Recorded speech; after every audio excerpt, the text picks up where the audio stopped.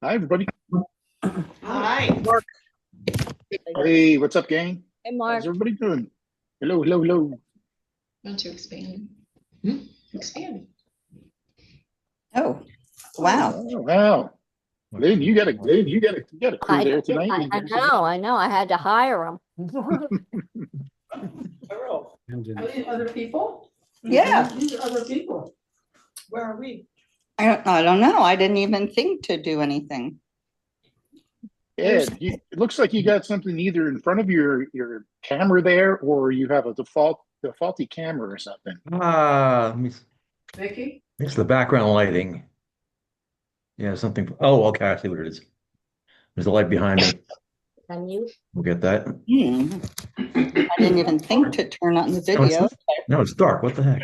Yeah, you're missing like half of your screen there. Yeah. Huh. Is your still off? Oh, that's all right. I can still see you. Okay. Sorry. I think I'll have to go with that. Where can I put it? Oh, hey, strangers. I don't know which is better. There we go. Hey, Vicky. Hi. Hey, man. Well, how are you? Welcome. Thank you. Can you hear me? I can hear you fine. Okay, awesome. There's a whole group here. Wow. But wait, no, I can't. That's, Where I can see you. yeah. How many people do you have? There's 5 of us. Wow. And did you get all 4 wines, or how many did you get? We got all 4. Okay. Well, We're good. You're drinking getting, a cheap one now. yeah, it's almost one bottle apiece, so you're set. There you go. Right. Perfect. Well, it's good to see you all. How is everybody? Getting ready for the holidays, getting all geared up? Yeah. Yeah, looking forward. Yeah. Nice. So we got a couple new people in the group. So for those of you who are first timers, welcome. Really good to see you. And also, for the regulars, thank you so much always for coming back and supporting. And we've got some really cool and interesting wines tonight. I'm sure you probably already cracked them open and are tasting them. And I tasted them ahead of time too. And boy, some really interesting stuff here. We're going to do this a little differently this time. I realized in the past 3 or 4 that we did, I was doing some slide decks, and I realized that we might be getting mired down in those and spending too much time making a presentation rather than just tasting interactively. So tonight, I'd like to make this a little bit more interactive and intimate. So as always, if you don't know the protocol here, you can mute your mic. If you don't want to be on camera, you can turn your camera off, not mute your camera, but you can turn your camera off.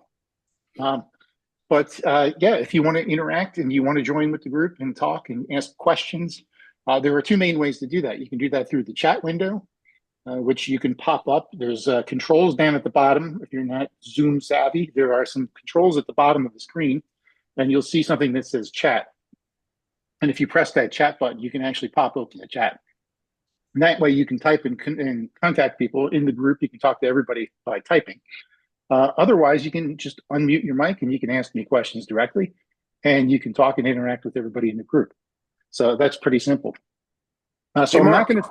Yes. What order are we going in? We're going to start with the Crossbarn.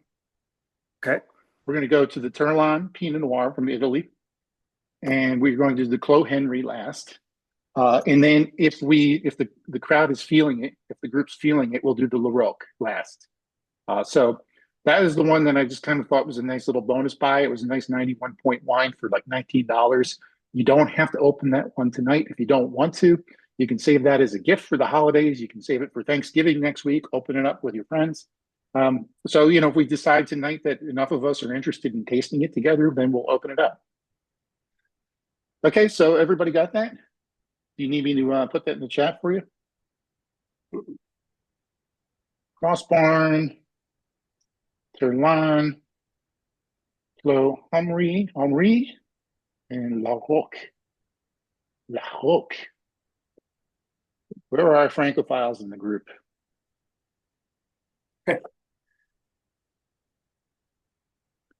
Sweet. Okay, so I just put it in the chat. That's the order. And if you haven't already, get them open. And ideally, you want to have enough glasses for each one. But if not, don't worry about it. It's all Pinot Noir. It's all going to the same place. So if you only have one glass, no worries. Cool. Okay, so what I'm going to do first is I'm going to share my screen. This is normal. This is what I usually do. But I'm going to try to keep it brief this time. We've got a map and we've got 2 slides. I want to show you where we're going tonight. And I want to just give you a brief rundown of the Pinot Noir grape and a little of the history too. So if it's okay with you guys, I'm going to share my screen, unless you have any questions. Okay, let's do it.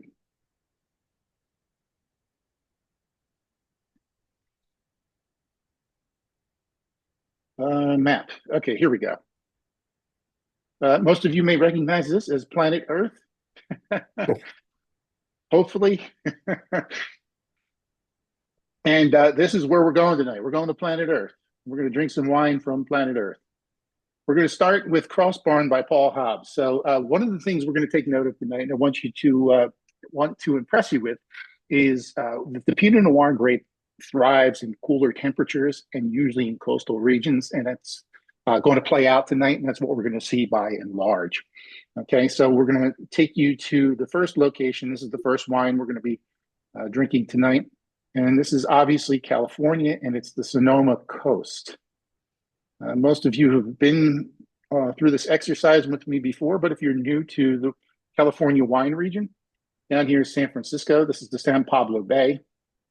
And these 2 valleys here, this one here is Napa Valley, and this one over here, this is Sonoma. And this whole region closer to the coast, this is known as the Sonoma Coast. This is where some of the cooler weather grapes are grown, Chardonnay, Pinot Noir primarily. They make a lot of sparkling wine here as well. But this is the region for some of the premier Pinot Noir wines that are made in California. And here in Sebastopol, this is where Crossbarn by Paul Hobbs is located. Okay, and if we take a look at this, you see how close that is to the coast. I don't know how familiar you are with Google Maps. It's a lot of fun to play with, but I can actually measure this distance here. And it's just roughly 13 miles to the coast. Not too far at all. So there's a lot of Pacific influence. This is a very cool region here. And we have this area down here is known as the Petaluma Gap. And a lot of this cool air comes in from the Pacific through the Petaluma Gap and kind of creeps up into this valley here, which is the Sonoma Coast.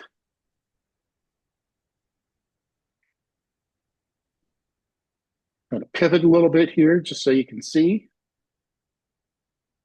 how close we are to the coast. And you can see there's a little bit of a coastal range here, a little elevation, and it dips down into the valley, and this is where Crossbarn is located. So the fog usually comes in. Most of you have probably been to California at this point. So you know that in the morning, actually at night, it starts to get really cold. It can creep down into the 50s, sometimes even the 40s, and the fog rolls in over the hills. It's really dramatic to see, actually. You can actually watch it like a blanket. It kind of rolls in. And it'll come in and it'll cover this area, cooling everything down, which is really good for growing grapes. And then in the morning, it'll burn off. And by afternoon in the summertime, you can get upwards of 95 or 100 degrees. So this area can get very hot during the growing season. So this is where Crossbarn is located. Any questions or comments about that? Has anybody been to any of the Paul Hobbs wineries or to this region, Sonoma Coast?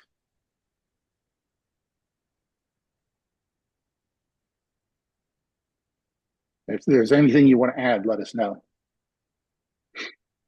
Okay, now the second wine that we're going to taste tonight, this is Cantina Terlano. And this is Italy that we're going to.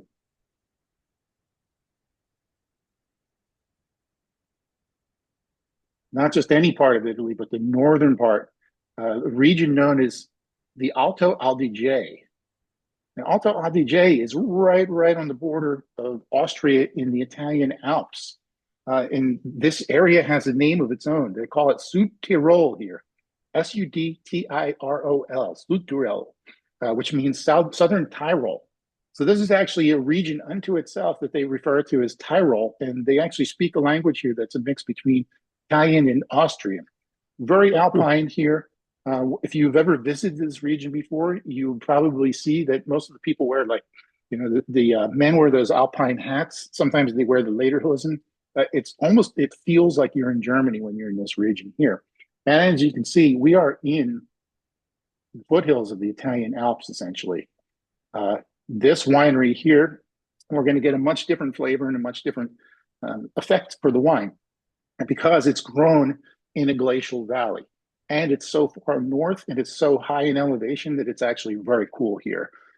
The only way that this region stays warm enough to grow grapes is that it's volcanic soil. And the volcanic soil actually retains heat from the sun during the growing season.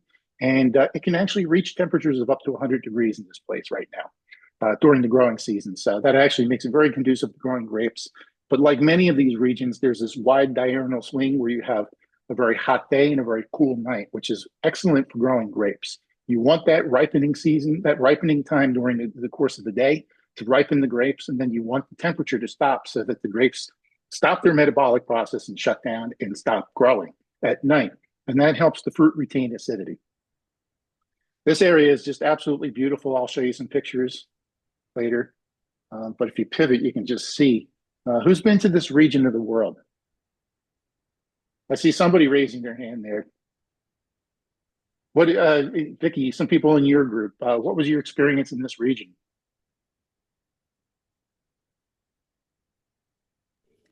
So like some of our group was just there recently. Yeah. Oh, cool. Did you go to the Alto Adige region, like the wine region? We actually drove through Austria into Italy to past Bolzano, so it was a little bit farther east than this is. Right. West. Those passes. Years ago, my wife and I did a similar trek, and we drove from Italy into Austria, and we drove on something called the Klausen Pass. A lot of those passes were made during the Second World War, so that Hitler's army could get through to Italy. So they're very interesting. They're very treacherous, and they're very beautiful. They're breathtaking to drive on, which I'm sure was probably your experience. Yeah. It's amazing to see. I mean, you've never seen mountains like this. It's like the sound of music. It seems fantastic and it doesn't seem real unless you've actually been there before. But you can grow wine here or grow grapes, and you can make wine here, and they do. So that is where our second wine is coming from tonight. Any questions or further comments?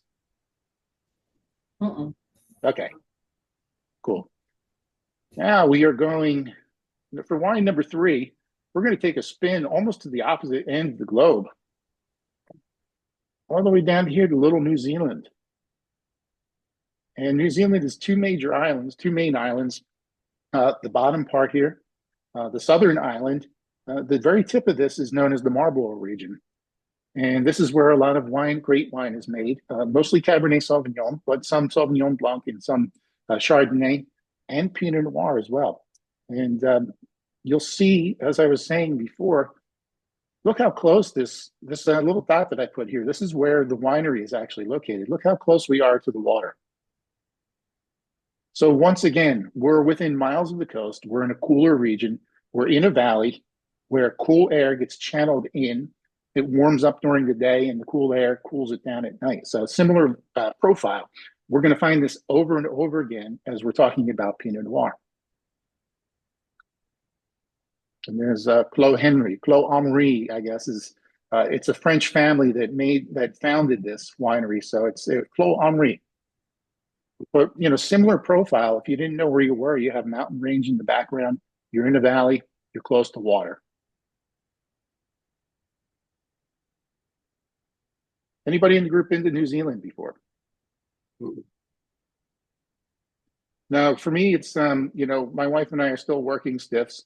You would need like 3 weeks. I would say even a month or more probably to really spend some quality time there. So that's one of the reasons why we haven't been there yet. And lastly, if we make it, if we have time, if the group decides, the fourth wine is from the southern part of France. The area known as the Languedoc-Roussillon region. It's the southwest of France, close to the Mediterranean. Once again, this is an approximation of the winery. I wasn't able to actually locate this particular winery, But this is where the basic location of this winery is. It's between Limoux and Carcassone, somewhere around here. And once again, we're close to the water, close to the Mediterranean, in a valley with mountain ranges on either side, channeling the cool air in from the Atlantic.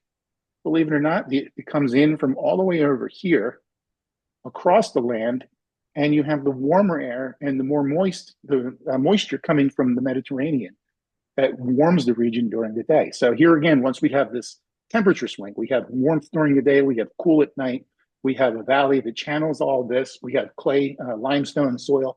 This is where the Pinot Noir grape thrives.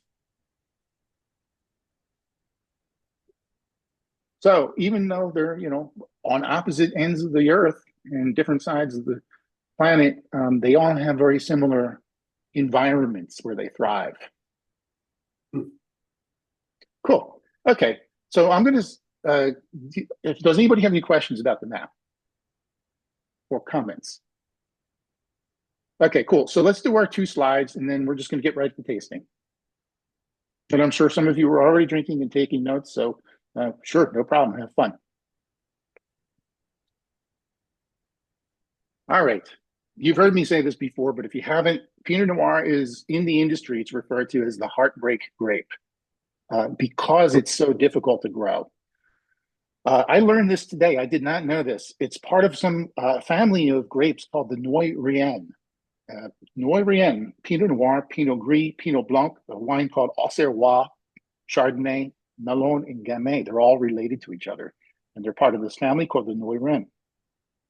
There are over 50 different clones, and the clones have different purposes. They grow well in different environments and different soils. As you can see over here in the corner, we have some of those cultivars. They've been cloned over the years. Some of them are cold temperature hardy. Some of them grow better in wet soils. Some of them are better for warm climates. So over the years, there's over 50 different clones that are used around the world. The Pommard clone that you see right here, this is the one that's going to be found in the United States most often. The Dijon clone obviously comes from Dijon, Burgundy, and some of the other clones are used in Champagne for Champagne. But it's known as a diva because it's got thin skin. It hates the heat, and it's very prone to disease because the clusters are so tight that it invites a lot of rot and a lot of mildew. Vicky, you're a gardener, so I know a lot of this stuff probably makes sense to you. So powdery mildew is one of the biggest problems that you have with growing grapes, especially in more humid climates. And when you have a cluster that's really tight berries like this with no air flow in between them, they're prone to getting powdery mildew. And it gets a lot of rot and other diseases as well. One of the reasons why it's so susceptible to disease is because the skin of the grape is so thin. This is my little diagram, my approximation here. This is not an actual official diagram. I made this today. So I'm just comparing the two. You can see the Cabernet Sauvignon grape is smaller. It has more air space in between it, and it has a thicker skin, whereas the Pinot Noir grape has thinner skin. It's one of the reasons why it's lighter in color, too, because all the color comes from the skin of the grape. As I said, it loves calcium-rich chalky clays, which is one of the qualifiers for all the regions I just showed you.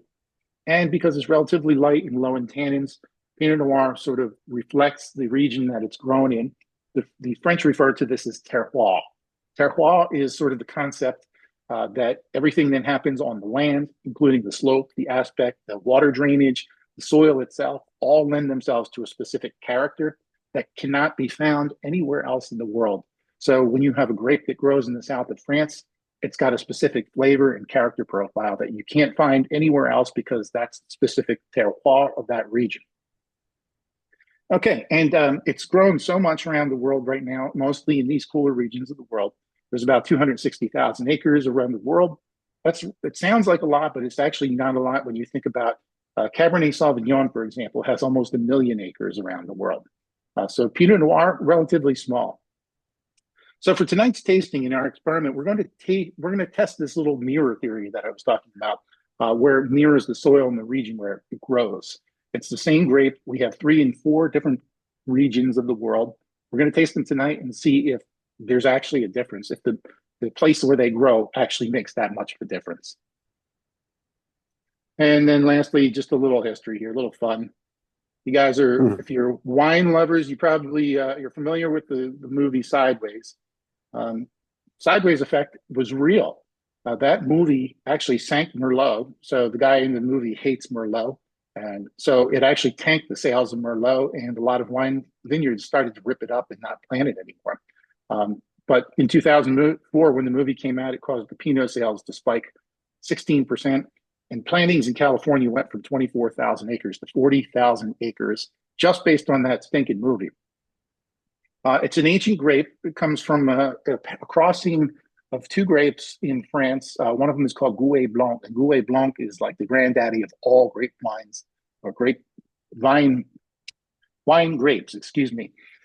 So you'll find Gouais Blanc is attached to almost every wine that grows in France. And it is a parent of Pinot Noir. The Romans likely spread the grape across Europe, including to the Alto Adige region, where we're tasting tonight. If you didn't know this, pretty interesting, it gets its name from the French word for pine cone, Pinot, because it's got sort of a pine cone shape to it. And as we discussed on the other slide, the Pinot Noir grape is genetically unstable, like a lot of plants are. The fruit will mutate. So that's where we get Pinot Gris and Pinot Blanc from. They're actually the same vine, just with a color mutation. And for what it's worth, the grape also thrives in other regions of the world too. It's used in Champagne. It's the it's the only red grape really that you're going to find in Alsace, some parts of the Loire in the center part of France. The Jura is in the northeast of France, and even in Chablis. And it's also the third most planted grape in Germany, where it's known as Spätburgunder. All right. That is it. School is over. Class is out. Now we can start drinking. Does anybody have any questions about what I just discussed, what went over here, what I covered?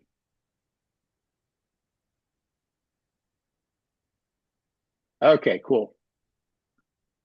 All right. In the spirit of always trying something new, I'm going to, what I'm going to do here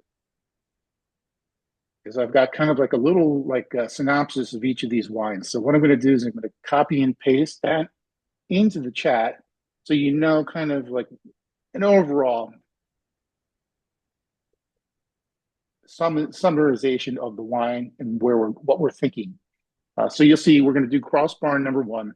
The vibe here is the Pacific Ocean, the fog, and we're going to expect some lush fruit from the California coast. And what I'd like to do here is take you to the region, virtually anyway. All right, can you see that? We are now in the Sonoma Coast of California, virtually anyway.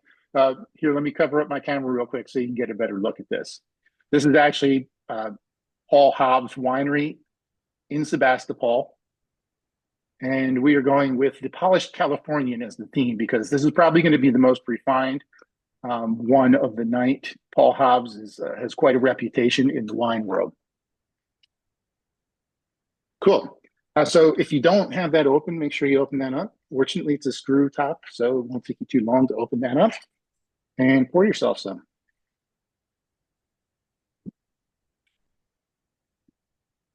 Now, Paul Hobbs, I'll give you a little context.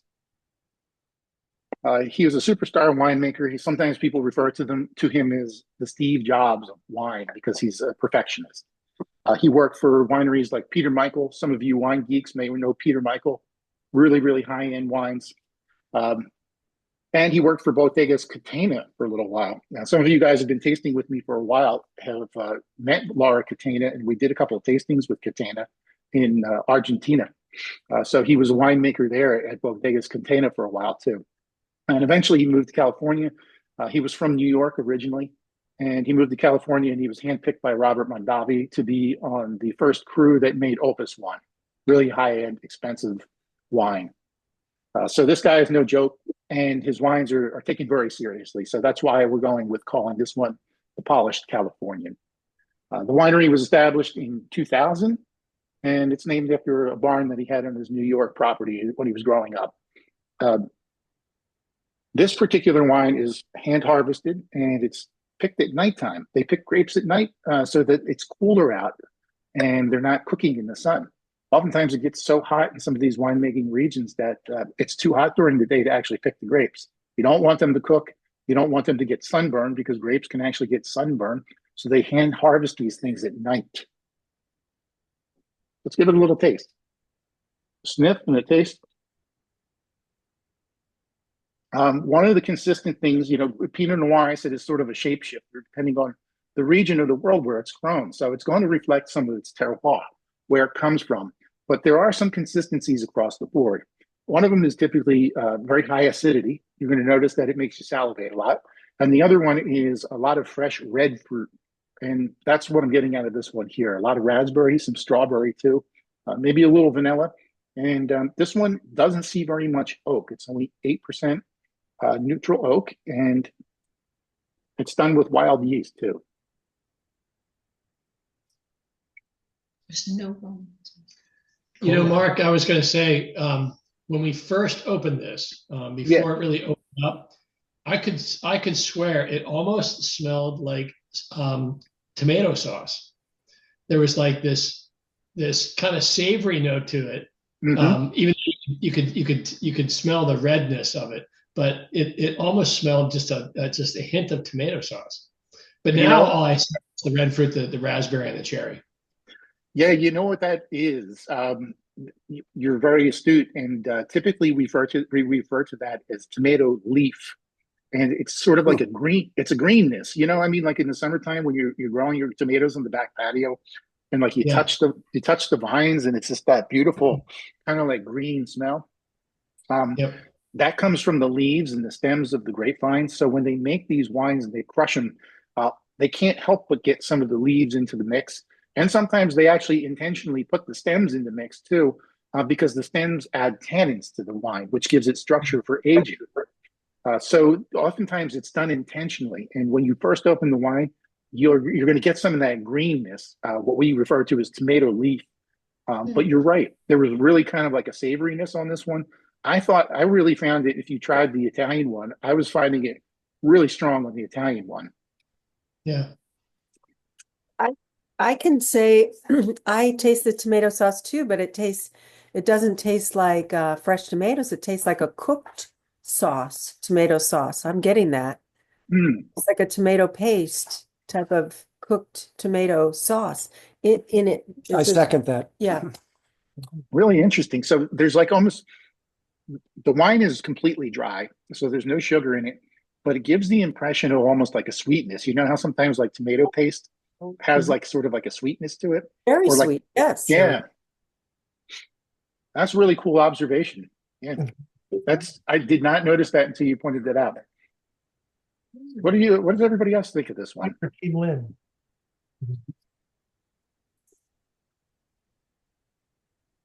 What notes would you add, or what observations do you have about this? You know what it's. And also, I was going to say, Georgianne thought she smelled a little mint right at first too, and I can sort of like, maybe that's the greenness too. What? Yes, mint. And smoke. Smoky. Smoky. Lynn's saying smoky. those are all really spot on. And some of it tastes exceptionally good with Girl Scout Thin Mint nuts. Is that what you're having with tonight? Well, what doesn't really? Yeah, it's not, I learned that a long time ago, actually. Two of the weird things that you would never expect to go well with red wine.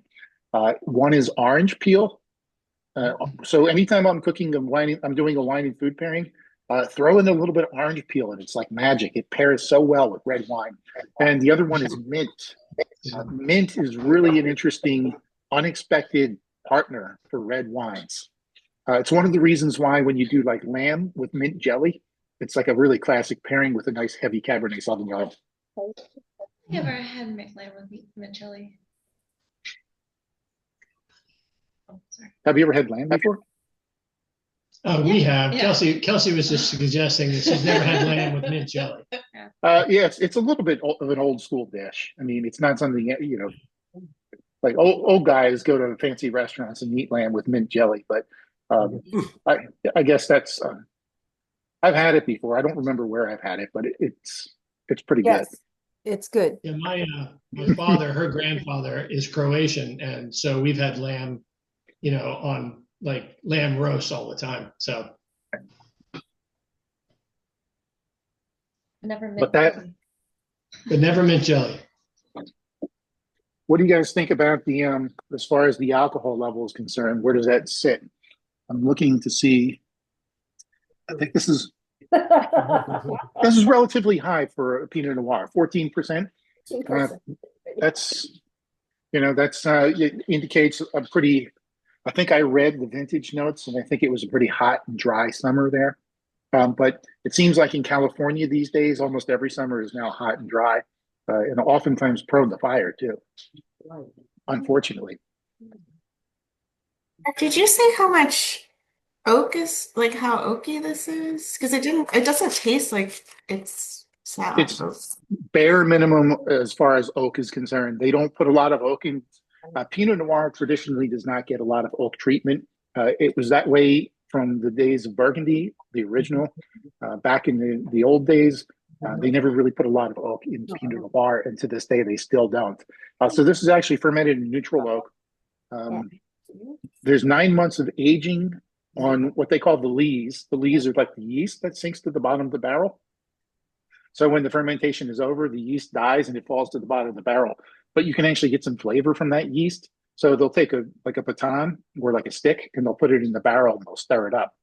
And they do that for about 9 months. But it's only 7% new oak. So 93% of those barrels that they keep the wine in are to the point, as the oak barrels get older, they lose their flavor. So they'll use neutral oak, which means it has no flavor whatsoever.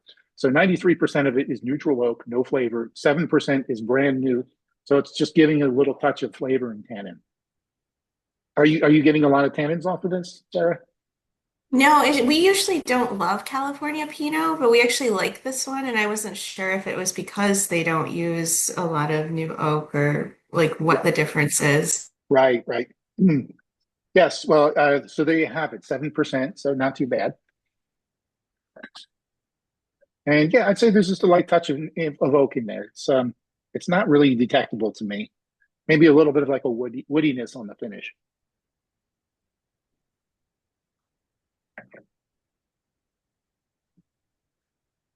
But really just a nicely structured wine. I would call it silky. It's got a nice smoothness to it. Is anybody else eating food with the wine? And if so, what are you having? Food. What food we had? Seafood. We did earlier this evening. We did salmon. Okay. And did you have it with your Pinot? Yes, we did have some Pinot with it. Yes. Yes. Yeah, it's salmon's always a great pairing with this. Although we did a salmon with Common the next day. Dijon. Oh, there you are. Yeah. Salmon is always a great pairing. It's a classic pairing. If you go to the Dijon region of France, it's like everywhere. But yeah, that's fantastic. I see you guys were about to. Hey guys, were you about to? Hello. Yeah. Hey. We just have a humongous charcuterie board. We figure that always goes well with all of your wine tastings. You can't go wrong. So is there anything particular on the board that's going extra well? Excuse me. Oh, you're frozen. Oh God. No, he's back. I don't know. Do you guys think anything stuck out with this wine? Not really.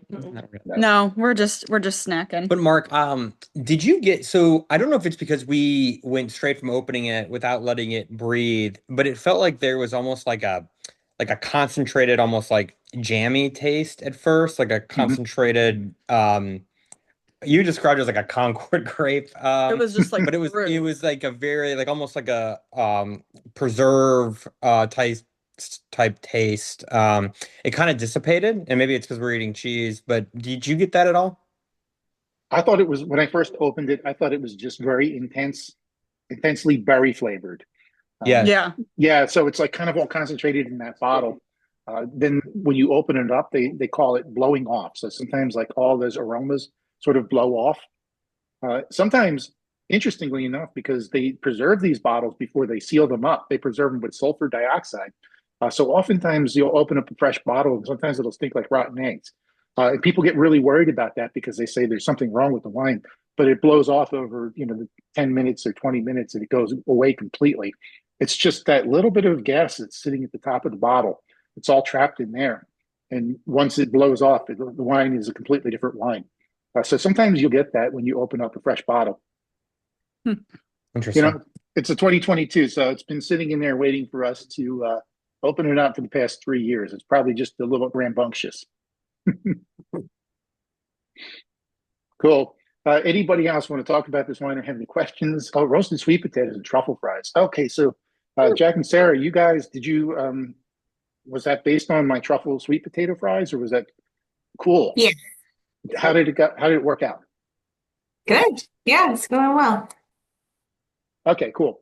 Yeah, truffle mushroom flavor. Pinot Noir gets very earthy as it gets older. Now, this is something that people either kind of like bristle at or they love about Pinot Noir. But as it ages, and I'm not talking about these because these are all relatively young, but Pinot Noirs, when they get up into 10 years, 15, 20 years old, they start to get this really earthy kind of sensation to them that almost smells like dirt or sometimes mushrooms. I know that might sound off-putting to the uninitiated, but it's actually a very desirable quality. And again, I'm talking to Vicky because Vicky, I know you and I actually gardened with Vicky, so that's how I know her. But I know she's a gardener, and I know that some people just love the smell of earth and dirt. I do. So for me, this is a very endearing quality. I love it when Pinot Noir gets really kind of earthy like that. You're not going to get it probably off of these wines because they're too young, but as the wines get older, they really do get that kind of like earthy aroma to them, which means that they're a great partner for mushroom dishes. And sweet potatoes, there's enough sweetness in them that they work very well with red wines as well, which is why Pinot Noir is an excellent partner for the Thanksgiving table. Oh yeah, good other observation there, Jack or Sarah. The wine is much darker and more opaque than the others. So we were talking about how the grape skin is so thin that the grape skin is where all the color comes from in the wine. So the reason why Pinot Noir tends to be lighter in color, you can actually see through it. When I was studying with the WSET, they used to tell you to hold it up to a piece of white paper. I don't know if you guys have like a white tablecloth or anything white in front of you, but there was an opacity test, whether you could look down into the glass and you could see the stem of the glass from up above. That was how you could tell the intensity of the color. And Cabernet Sauvignon, Merlot, Syrah, grapes that are really notoriously intense, when you look down through the stem, the glass, the bowl of the glass into the wine, you won't be able to see that stem. With a Pinot Noir, you can almost see through it. It's almost translucent. And that's because those grape skins are so thin. They don't impart a lot of color in the wine. So yeah, you're going to see that with all the wines that we have in front of us tonight, that most of them are typically lighter. I got it. Yeah. See how light that is? There we go. Nice. Yeah, this is what we would call medium minus intense. So when we had to judge these wines, we had a scale, a 5-point scale. There was pale, medium minus, medium, medium plus, and intense. And that was the scale by which we judged the color or the intensity of the color of the wine. This one here would be a medium minus. It's not completely pale, but it's very light. Let's fold that in. I'll fold it in. It needs bigger. And that is largely a byproduct of the winemaker's decision how to make the wine. It depends on how long they let the skin sit in the wine to extract the color. So when you're making a red wine, you're essentially steeping a tea. You're crushing the red grapes and you're letting the color steep out into the liquid. Next, I think so. You want some? Wait, he hasn't said it yet because it's not. I think it's going in order though. We're going to move on to the next one in a minute. He wants to say something here. Yeah, sure. Can you see her, Diane? Yes, Diane. Yes, go ahead, please. We graduated to brownies. And brownies, they're on the brownies. Sensational with the chocolate brownie. And someone early on, I think, talked about some sort of chocolate aftertaste to it, but it's really very smooth with the chocolate brownie. Oh, that's great. And the tomato chutney. Well, thank you. Chutney, yes. Because they Thank like you for sharing. Is there anything else in those brownies or just brownies? They're brownies with We're not telling you. raisins, and chocolate chips. Yeah. That sounds wonderful. Yeah, this is also a great partner for chocolate and for dessert as well, as you discovered. So, yeah, thank you for sharing. ice creams. What are we doing? Oh my gosh. Okay, so I suspect you guys want to move on to the next wine. You guys in Lynn's group there, you were talking about moving on. Do you have any questions before we move? Do you have any questions? No, we're all good. Okay. All right. That means that I have to change my background. All right, we're in Italy now. Uh-oh. There it is. All right. All right. Chug this shit. Wait, no, I gotta get another. You know, knock that Thank you. down. That's good. Thank you. Mhm. Who's that? I am. Okay, so as you can see behind me, this is that Alpine Valley, the Alto Adige that I was showing you. Very well, Jerry. Hello, Alpine Valley. Yes, hello. There we go. You can see it. I covered up my camera there for a minute so you can see it in all its beautiful glory. Oh, no. So this wine comes from the Dolomites, the Italian Alps. Yeah. The winery itself is a cooperative. Cooperatives are very popular in Europe, and because there are so many small wineries and winemakers there, most people don't have the means. Got it. I was paying attention. Most people do not have the means to make their own wine. They don't have the equipment. They can't afford to do it. If you've driven through some of these parts of Europe before, the wineries or the parcels of land with grapes on them can be an acre in size. Everybody grows grapes, and some people just have them in their backyards. It's really cool to see. But those people don't have the equipment to make the wine. So what do? You take them to a place where everybody shares the equipment, a cooperative. So cooperatives have always played a huge role in European winemaking, and this is no exception. This one was founded in 1893, and there's about 150 families that share. They pull all their grapes and share their resources to make the wines. So Terlan is actually cooperative. This is volcanic soil, as we were talking about before. So it holds in the heat, which helps to be able to ripen the grapes in those cold mountains. And the climate is exceptionally mild because we have the influence of the ocean nearby. So it's pretty close to the tip of the Adriatic, I believe. Is that the Adriatic over there? Yeah. Okay. So because of the aspect, you saw that valley faces due south. It gets extended daytime sun, and it's very low rainfall because the mountains on either side block clouds from dropping rain. So it's very dry here, and we have low rainfall, and it's Mediterranean in climate. So we have the perfect climate and environment for growing Pinot Noir. Warm days and cool nights, as we were saying, and because the elevation of this region is about 600 meters, which would be about 1,800 to 2,000 feet above sea level, it's a lot cooler here. So this one as well, this Terlan, is made in stainless steel tanks. There's no oak here. They age it in really large wooden barrels that have no oak influence whatsoever. This one undergoes some process called malolactic fermentation, where they actually put in a special kind of yeast to change the acidity of the wine. And it actually turns it from being like very crisp and acidic to being a little bit more buttery. So you may notice that with this wine. Let's give it a try. Now, see, to me, this one is more food-like, and this one is, that makes sense to me. We've talked about this in the past, but European-style wines are meant to be had with a meal.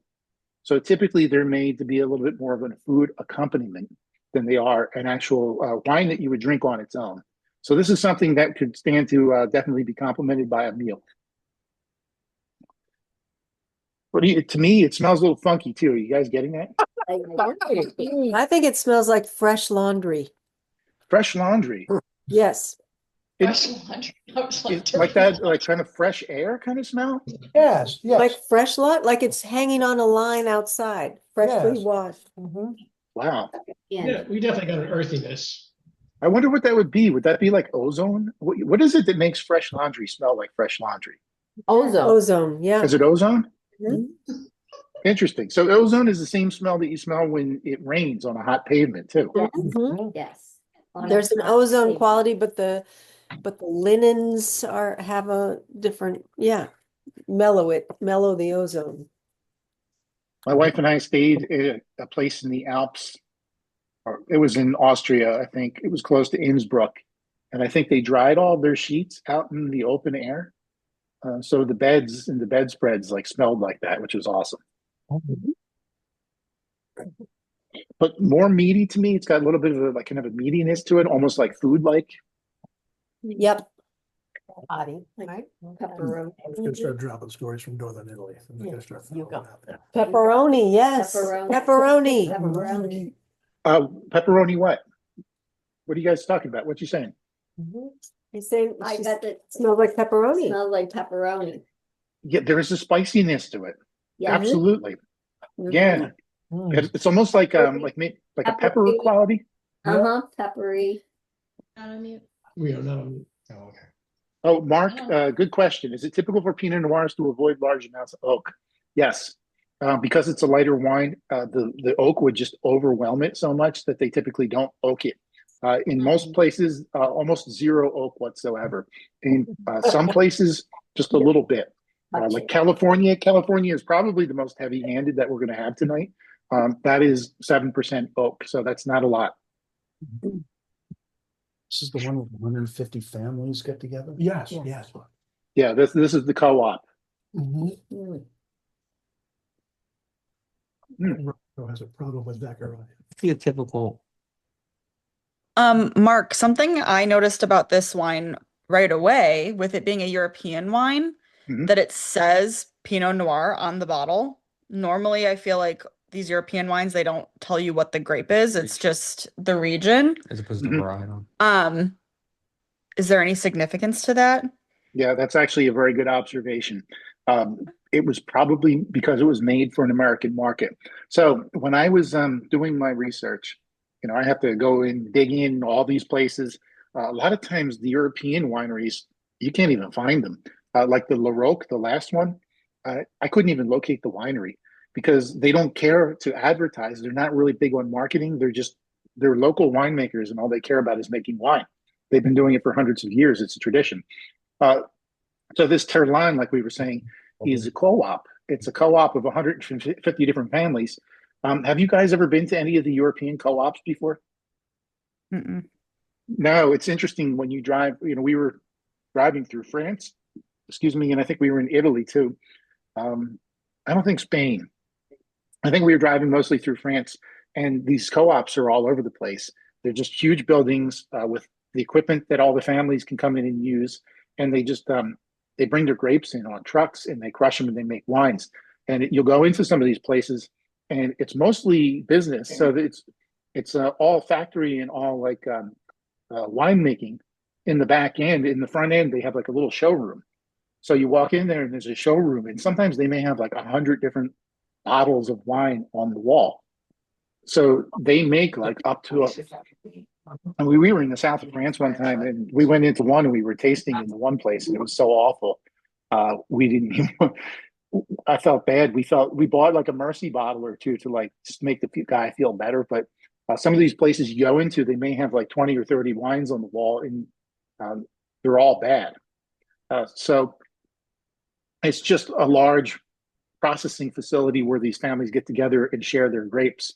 So a place like this probably makes, like 50 or 60 different types of wine.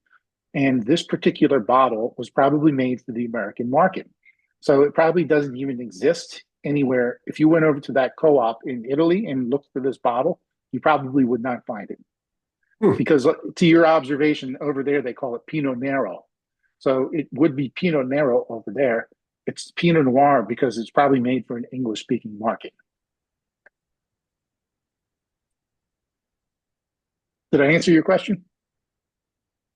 Yes, it was just very striking. As soon as we found out it was an Italian wine, we're like, wait a second, it's not labeled like one. Is the DOC, are they comfortable with that locally? Or is it just because you're saying it's exported? Let me see. Is there even a DOC on there? I I think didn't. there is. Wait, hold I on. Oh don't yeah, know. there's an Alta LDJ. Yes. It's really small underneath the Pinot Noir. But there's Yes. not the ribbon around the top of the bottle, like where the cork is, right? Yeah, there's Hmm. not a there's no guarantee on it. The guarantee, yeah. Yeah, so the DOC probably doesn't have that. So, for those of you who don't know what we're talking about, DOC is Italian. It stands for Denominazione Origine Controllata, and it's a very specific set of rules that they have to follow in Italy in order to produce a wine according to the standards, the quality standards for selling to the public. So there's a DOC and there's a DOCG. The G stands for Garantita. So this is just a DOC wine, and the rules are not as strict for this. So yes, they're probably allowed to call it Pinot Noir. Yeah, cool. Any thoughts or any other questions about this one? That was a very interesting one.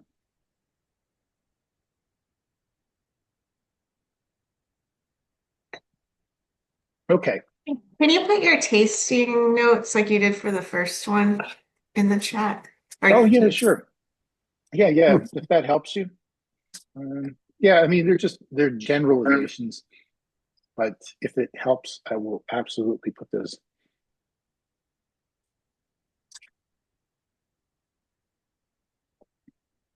Where'd my cursor go? Okay. Can you see those? Okay, cool. Yeah, so high altitude, cool nights. We're in the foothills of the Dolomites, the Italian Alps. Crunchy red berries, wet stone, earth. I got a lot of minerality out of there, a little bit of a stinky funk on it too. Okay, let's move to wine number 3, the Clos Henri, shall we? Oh, all right. Clos Henri. Move that out of the way. There we go. Okay. Bye, everyone. Okay. Okay, thank you, sir. All right, we're in New Zealand now. Oh, Pour yourself some of that Clos Henri. This winery, Uh-oh. It'll make sense that this is called Clos Henri when you realize that this is a French family. They come from this region of Sancerre. We have some Sancerre lovers in the group. Sarah? Sancerre. Sarah?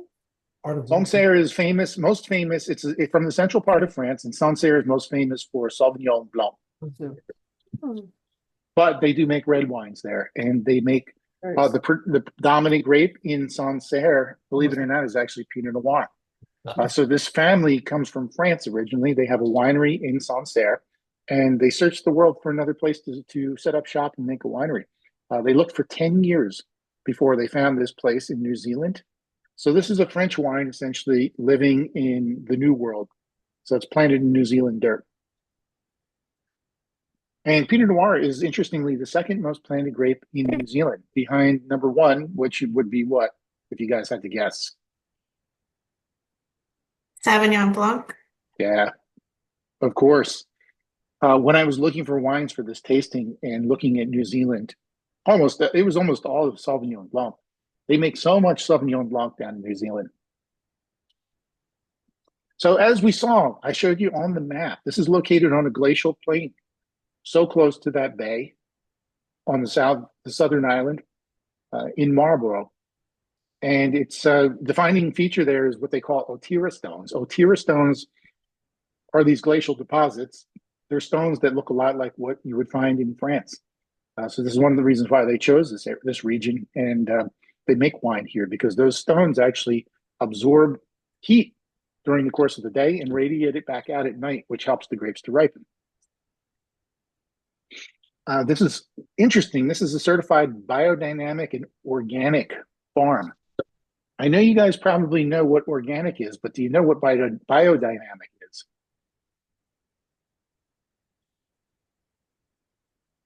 It's about because he doesn't. Vicky, are you familiar with biodynamic farming at all? No? What? Biodynamic farming is very interesting. It's essentially organic farming, but it's a Yeah. philosophy that was started in the 1920s by a German man named Rudolf Steiner, Dr. Rudolf Steiner. And he believed that any particular farm should be a self-sustaining unit. Oh, it starts off with any particular piece of land that's growing produce should be a self-sustaining unit, meaning that it can exist on its own in its own universe without any outside influence. So you're taking in all the nutrients from the sun, or you're taking the energy from the sun and you're converting it to nutrients in the plants. The plants are growing, they're creating organic matter. You're using that organic matter to fertilize the ground. You're recycling the rainwater. You're using your livestock to feed off of the plant matter and create fertilizers with their waste. And the whole unit, the whole piece of land is one self-sustaining unit that can be all recyclable or self-sustaining, I guess. So that is the theory behind biodynamic farming, but there's also an element of it that's attached to the astrological calendar. So there's a cosmic sort of belief or spirituality to it. Okay. Oh yeah, we'll come back to that. So they believe that there are certain treatments that can be done to the farm and to the land and the soil over the course of the year that are channeling cosmic energy from space, essentially from outside the universe. And they do really interesting things, like they'll plant like animal feces inside of like a bison horn or like an ox horn, and they'll plant it in the northeastern corner of the vineyard, and they think that that actually influences the growth of the plants and channels cosmic energy. Sarah just got a book called Voodoo Vintners from Organic Biodynamic Wineries. Yeah, exactly. You're going to find that out. It's really interesting. And I'm finding that a lot of wineries are moving to that. But it's really interesting because like 10 years ago, it would have been considered like woo-woo and sort of kind of holistic and not really plausible thinking. But in this day and age, I'm finding more and more wineries are subscribing to it. So more and more wineries are going sustainable, they're going organic, and some of them are going biodynamic too.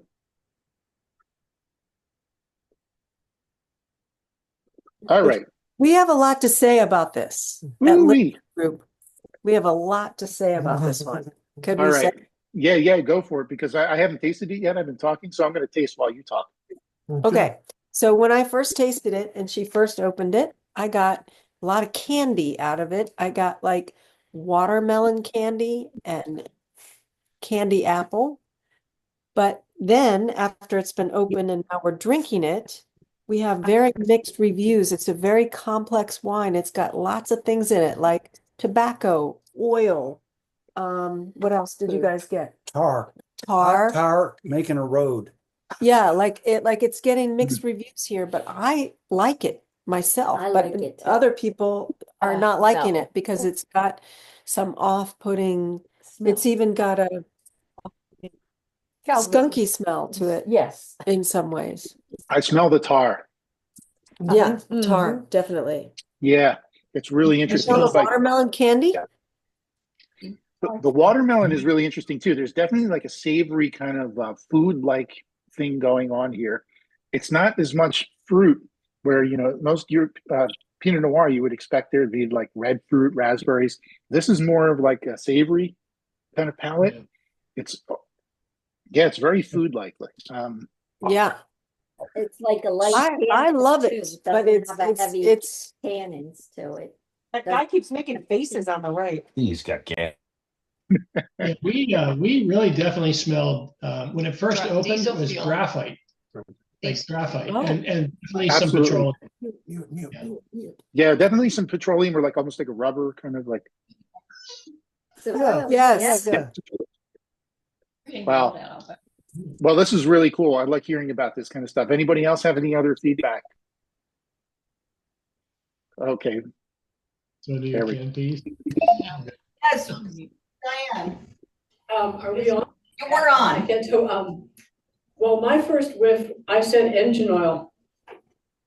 Yeah, That's really interesting. Engine oil. and sulfur. And sulfur. We definitely could smell the sulfur. We opened it up and then right before we drank it, the sulfur was really obvious. Wow. So there's a lot to talk about Yes, here. sulfur. Yes.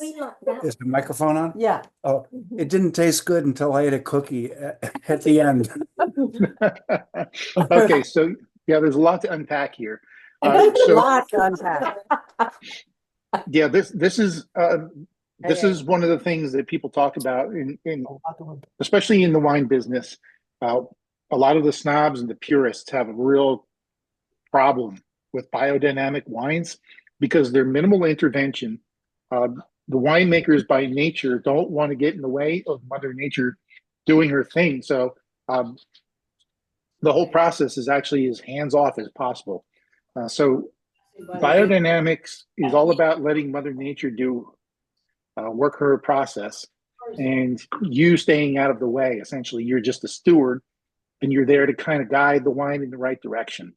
So there's this philosophy of minimal intervention leaves the wines kind of a little bit more earthy, and a lot of people would argue a little funky and kind of dirty. So this is a term that you hear a lot in the wine industry when some of the snobs are talking about biodynamic wines. They call them dirty. I don't think it's dirty, meaning there's no dirt in here whatsoever. So it's not literally dirty.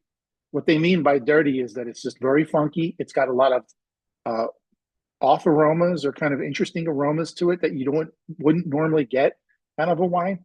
And one of the other reasons for that is because it's probably fermented with natural yeast. Wild yeast exists all around us. It's on everything, all surfaces, everything you touch. It's on your skin, it's on your face and your hair. So wild yeast will actually ferment things. It's one of the reasons why if you cut a piece of fruit and leave it on the countertop in your kitchen, it'll start to ferment.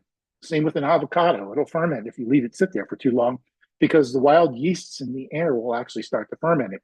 But these biodynamic wines rely on those natural yeasts to ferment them. And one of the reasons why the purists and some of the more mass-produced wineries don't like those wild yeasts is because they give you those funky, interesting flavors, and they're not for everybody. So I wouldn't say that this is a bad wine. I would just say it's a different wine, and it's probably not going to appeal to a mass audience. And it's kind of growing on me. I don't know how you guys feel about it, but It's going both ways for our group. It's going into good and bad in our group because it's gotten more and more complex the more it's been opened. Wet organic matter goes better with chocolate. Organic matter. A second. I got chocolate. That's what they have with the Diesel fuel. wastewater. Yeah. Organic matter. I don't, that's not. This is really interesting. And this is one of the reasons why I love wine, because you get a broad palate. This is all coming from the same grape, and it's interesting to see what is done with it. It's interesting to see what the results are when you ferment it in a different part of the world, different climate, different soil, and different winemaker too. So to me, there's no wrong or right. It's about kind of coming to an understanding that everybody has their own way of doing things.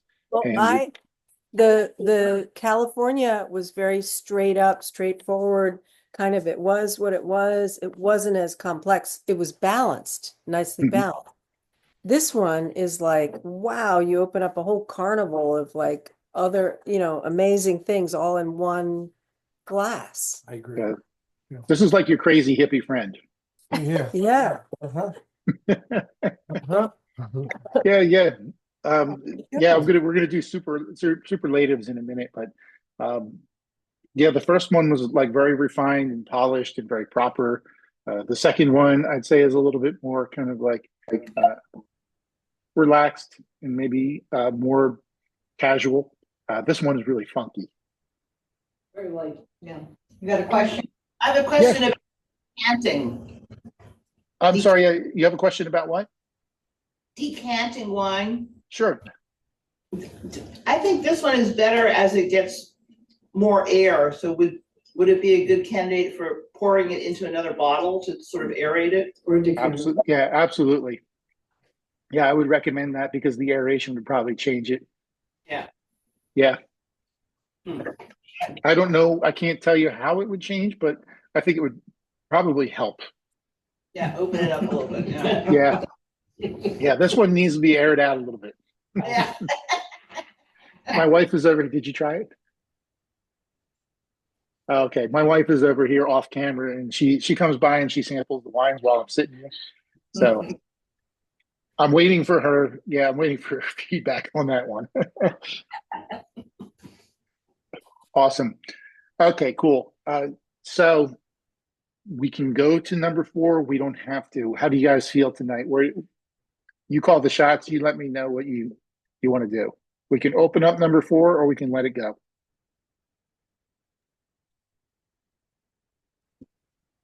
That's last. We did open number 4 and I love it. Mhm. So I'm game.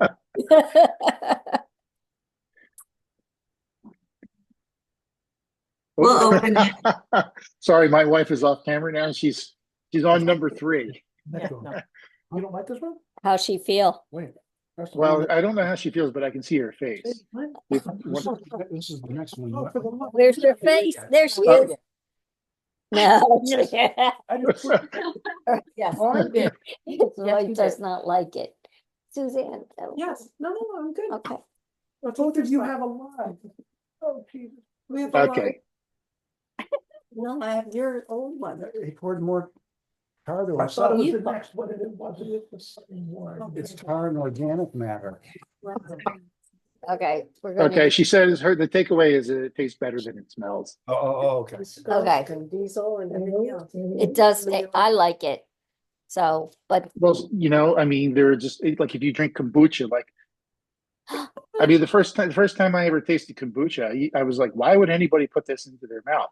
But like after a while, you get used to it, and you're kind of like it changes your scope there of tolerance. And when you drink enough wines too, you eventually learn that there's a broad palette, a broad spectrum of flavors, and they're not always bad. This is one of the things I want to impart upon you guys too.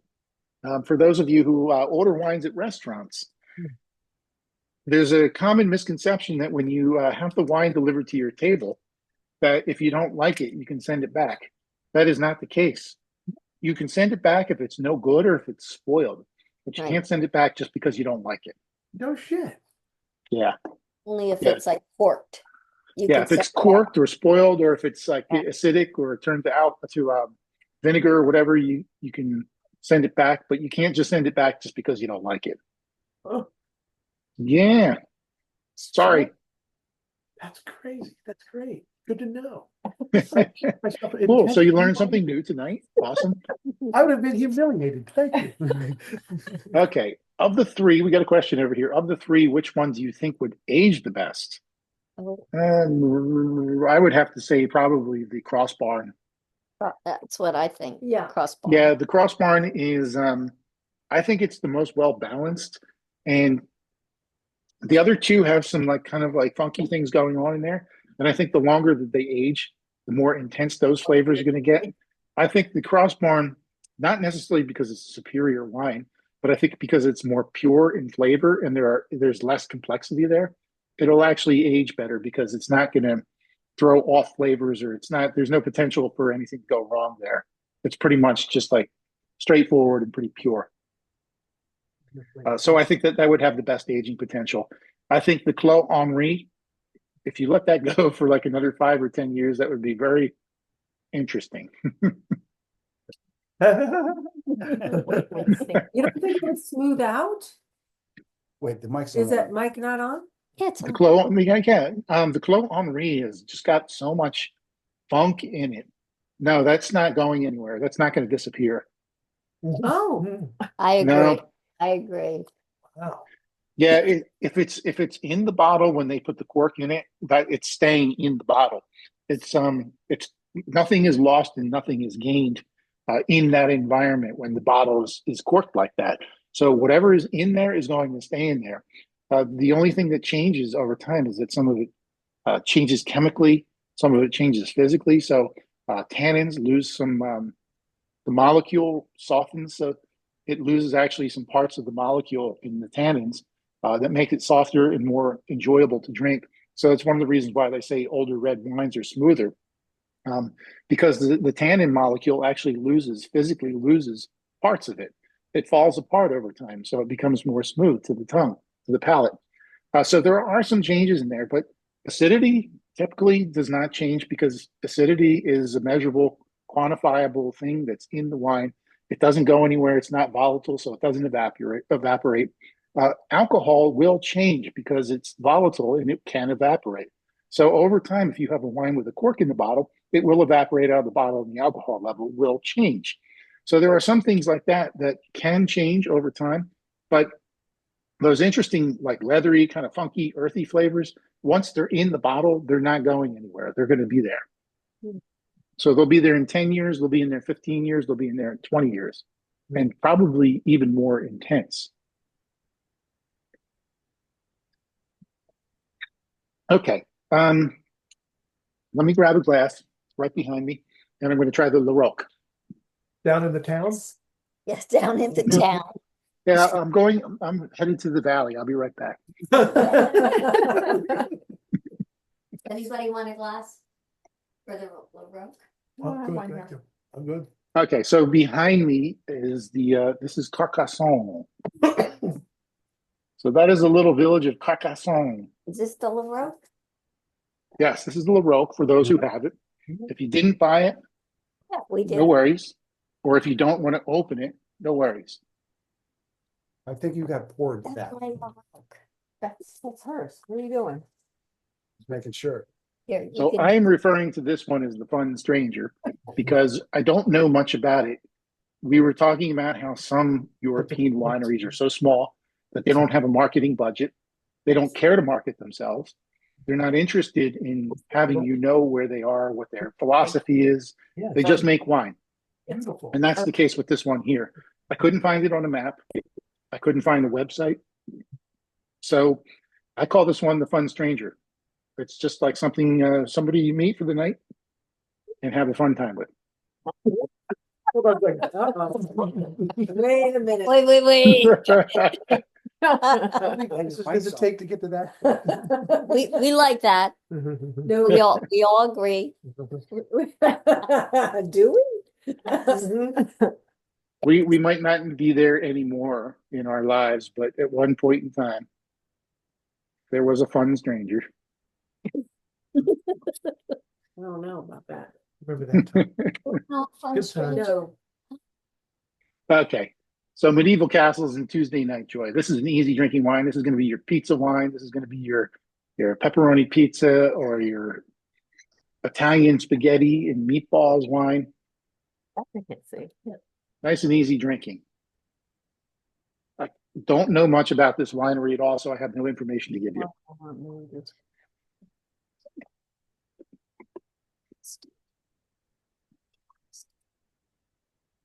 And that one is just pure kind of like jammy fruit. It's nice and clean. Very simple. Not presumptuous at all, not pretentious. Just a really nice, easy drinking Pinot Noir from the south of France. Clean. As compared to the other one.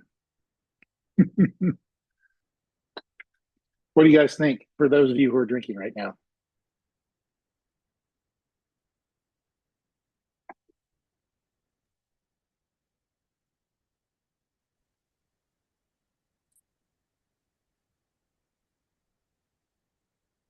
Very candy-like, I think, right? To me, it's almost got like cherry candy, strawberry candy. I don't know exactly what it is, but it's like almost like even like a fruit roll-up, like fruit leather.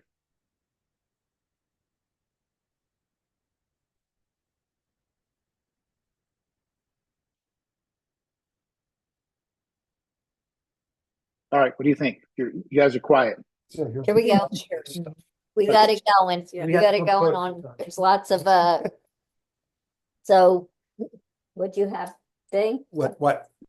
What'd you taste? It would go good with a slice of pizza, like in big giant drinks. Boom. Yeah, pepperoni pizza, Yeah. sausage and pepperoni, Absolutely.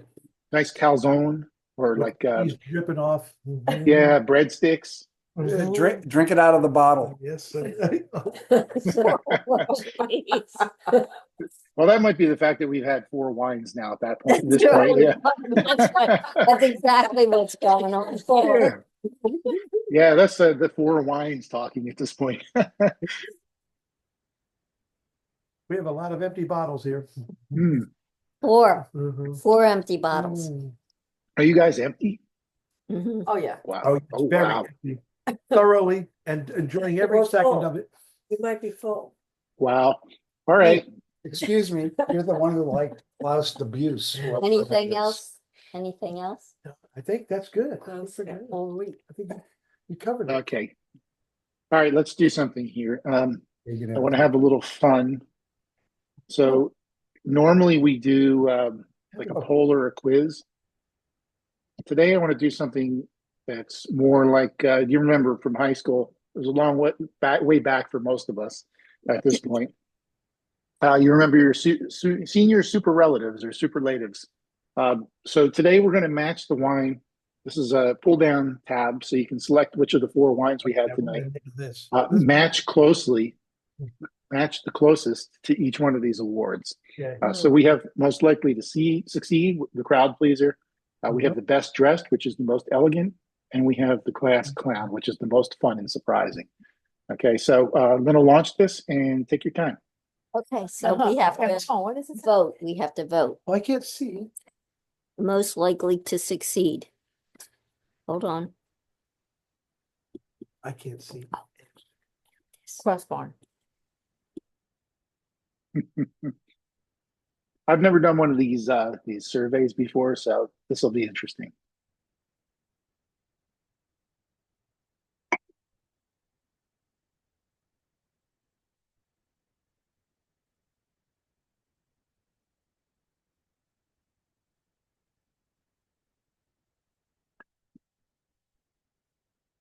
What's since while we're doing this, what are your plans for the holidays, everybody? I assume you're all doing something for Thanksgiving, correct?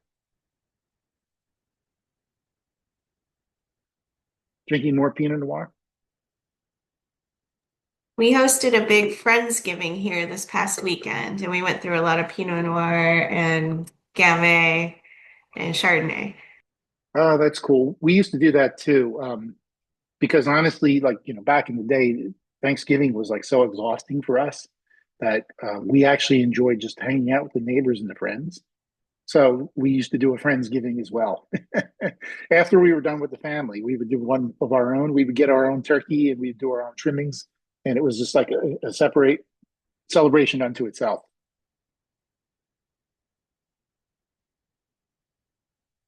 What did you guys pour while you were?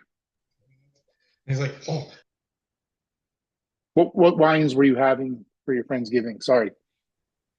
we're gonna be in Philly. Oh, for the Friendsgiving? Yeah, yeah. Oh, we just got back from Willamette Valley, so we had a bunch of Oregon Pinot. What else do we have? Oh, we had some Chardonnay from where? Burgundy. Burgundy. We had some Madeira for after dinner. Yeah. Well, that's cool. That's really nice to hear because I don't usually hear people talking about Madeira often. What did you have it with? Did you have it with dessert? Some of us did. People were pretty full, so a lot of people skipped dessert. Yeah, it's one of those wines you can have on its own without anything. It's the dessert. Okay, cool. So 8 of 9 people. That's probably about as good as it's going to get. Sometimes the numbers are off because I think I might be number 9. I'm not sure, but let's take a look at the results.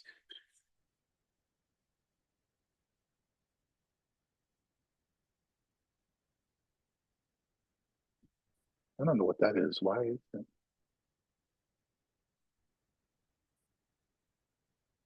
Okay, let me know if you can read these correctly. What are we looking at here? He hits a good.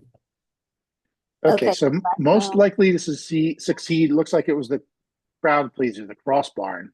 Yes. Woo! yes. Yeah. Okay, am I reading that correctly? Yes, yes. Okay, best dressed, most elegant. Looks like it was the Terlan Pinot Noir from Italy. Yes, yes. yes. Is that what we did? Yes. There you go. And the class clown was the Clos Henri. Oh, yeah. By landslide. I know. What do we win? Wait, they're all 100%. I don't get the voting. Oh, You have to look at the color of the bars. That thing that we did. oh, yeah. How about that? Can you see that? It's a little hard to see, but they're each. If you didn't stand out. We were gonna win a prize. There's a color code and there's a key down at the bottom that shows you which wines. Right. Yeah. We got it. I think we could win a tiebreaker. Okay, cool. I feel like I should have created a fourth category just for the Laroque, like the tall dark stranger that showed up at the last Yeah, minute. the tall dark stranger or the short dark stranger. Yes. The short dark stranger. Mysterious. Mysterious. Okay, that's not on your screen now, is it? We're done sharing. Yes. Okay, cool. That was fun. So, what's the takeaway here? I mean, what do you guys think? Pinot Noir, very interesting grape, shapeshifter, can change its identity depending on where it grows and who works with it, what the winemaker does with it. Everything we ran the gamut here from, a really high-end, world-class producer in California to an earthy biodynamic place in New Zealand, to a place in France that doesn't even have a location or an address. So we really ran the gamut here. What's your takeaway? I'd be interested to hear from you. The diversity is astounding. Astounding. The diversity is astounding of a Pinot. Pretty Yes. cool, huh? Yes, very much. I so. love this idea of shape shifting. I love shape shifting. Yes. As soon as you said shape shifting, I said yes. Right. Right? Correct. It is a shapeshifter. It's Yes. it's pretty impressive. It's interesting. Go ahead, please. Every time you pop the cork, it's a surprise. That's the wonderful thing about wine. That's what I love about it so much. What makes it so much fun too is, that you have a group of people like you guys do there, and for every person in the group, you may like a different one. There may be something that appeals to each person in that group. Yes. You even have people like the weird, funky wine. Oh, yeah. I like the stranger wine. Go back to that. We have the stranger wine. its taste is supposedly we all have the same equipment to taste things, but it's not just a matter of it's not a direct line from our taste buds to our brain. It has to go through our emotions too, and it has to go through our world experience and our likes and dislikes and our aversions. So when we taste things, it's not just a matter of purely tasting them for what they are and being able to assess them without letting our emotions and our heart and our souls get in the way, which is a beautiful thing. That's why everybody has different tastes. That's why we all have different sensibilities and different things appeal to us or not. So it's really interesting to get a group of people together and to see how many people, a particular wine will appeal to or not. Everybody has a different way of seeing things and tasting things too. So this is always a really fun experiment. And I appreciate all of you guys gathering together like this and sharing your input and your feedback and your jokes and laughing and having fun with us. And so anybody else? Thank you very much. Microphone open. My pleasure. Yep. So Great. Thank you. Mark, that was Great. very deep. Love it. Thank you. That whole thing that you just said. thank you. Yeah, it was from the heart. And that is one of the reasons why I love wine, because it's more than just what's in the bottle. It's in a moment in time. It brings everybody together. It's an experience shared. It's a potential memory to be made together with other people. So that's what makes it so beautiful to me. It's less about what's in the bottle and it's more about what it represents. And that's time shared together with other people. Taking time to slow down and really just like hang out, meditate on it, and let the world slow down for a few minutes. Thank you. Thank you so much. Thank you, Mark. That was Thank you. really fun. I learned a lot. Yeah. You're welcome. I hope it wasn't too much. I try to keep it fairly light and keep things moving along. Sometimes it's hard to make a presentation like this. So if there's anything I'm doing that you would, if you have any feedback, I always appreciate feedback. It was just right. Perfect. Thank you so much. Perfect. Thank you. Cool. So are you okay with the way we did things this time around? Did it move well for you? Yep. Awesome. All right. So before we go, let's talk about a couple of things, because most of you guys have been with me for a while. So I've been kind of working with wine.com to source the wines. They've been good. And I think we'll probably continue with those guys for a couple more of these. But I am in talks with another company right now. And I was approached by another company located in northern New Jersey that can ship wines and source wines. So we may be able to get back to a place where we can put packages together and we can have them delivered to everybody without any problems. Okay, so I'm working on that right now. Fingers crossed. It's one of those things where they're just exploring right now and they're talking for January 2026. So we were just kind of setting up, just making the connection right now at this point, but it feels pretty good and it feels like it's probably going to pan out.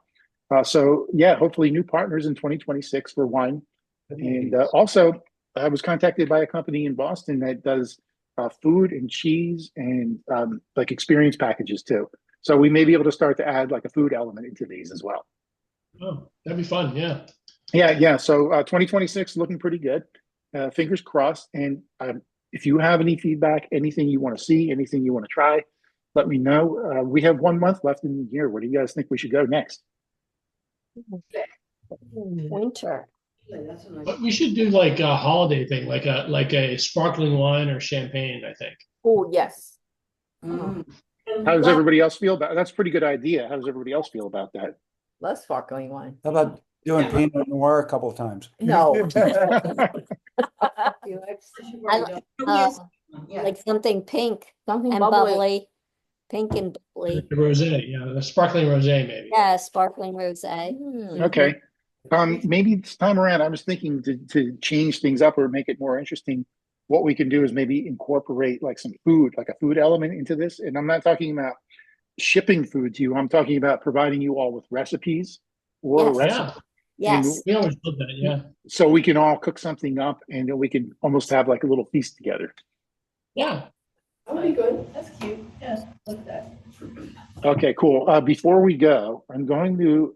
Will it be lamb and mint jelly? No. Do you have the time? Do you have the time to cook lamb and mint jelly? Okay, before we go, I'm going to share 2 files with you guys. Recipes. I did a wine and movie night. So most of you are not local to me, but if you live in the area, I started a new thing in the local event space where we do one movie. Like we usually choose a classic movie, and then we pair up wine and we have food with it, and we watch the movie and we eat and drink. Inside, yeah. Cool. Yes. Yeah. So if you're up for that, I'm going to try and keep that a regular thing. I'm looking at maybe January for the next one. So when we're all in the doldrums of winter and looking to get out and to connect with people, we can watch a movie together and have some food, some wine. So stay tuned for that. I'm going to share 2 recipes with you that I used at this last event. Get rid of me, oh, yeah. No, there used to be a show called Dinner and a Movie. Stuffing bites. These are essentially stuffing balls. They were very popular a couple of years ago, but they use like sage sausage, celery, carrots, onions, shallots, and they're perfect for a Pinot Noir like what we have here. And the other one is a butternut squash dish that I've done. Super good. You see that before? Dan and George, and you may know this one. I may have shared this one with you guys before, or you may have been in an event where we've tasted this one before. This is like a butternut squash. It's like roasted butternut squash, sage, fried prosciutto, crumbles, and it's put on top of a piece of toast with ricotta cheese, and it's perfect. Yeah. Just like, I'll make some with.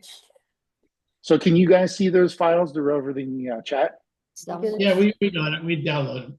Yeah, we're good. Okay, cool. So download those, and they're easy to Yeah. make. You can get it. I'm not a trained chef, so most of what I do takes like less than 20 minutes or 30 minutes to cook. So these are nice little appetizers you can serve at your next gathering. Cool. So it sounds like we're good for sparkling wine. We're going to do maybe some sparkling rosé, little food package, or a little food cooking as well. We can do a year-end celebration party. Yeah. And yeah. Hey, Thank you so much. Yeah, thank you, everybody. Kava, we can do some kava, Sarah, or Jack, whoever's suggestion that was. And one last thing too. Some of you, I don't know if anybody in the group here is joining us on a cruise, but I'm doing a European cruise. Oh yeah, Lynn. Congratulations, by the way. Lynn won. Thank you. Yeah, she won the prize last week. I did. Yeah. So she won a nice little prize. She's going on a cruise with us.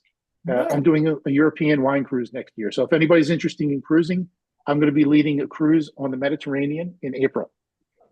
So if you're interested, if you're interested in joining us, I would love to have you there. It's just going on the coast. Okay. In the ocean. Thank you so much, everybody. Does anybody have any other questions or anything they want to talk about before we sign off? Nope. Thank you very much. Thank Mark. you. Really Okay. Thank you. Thank you.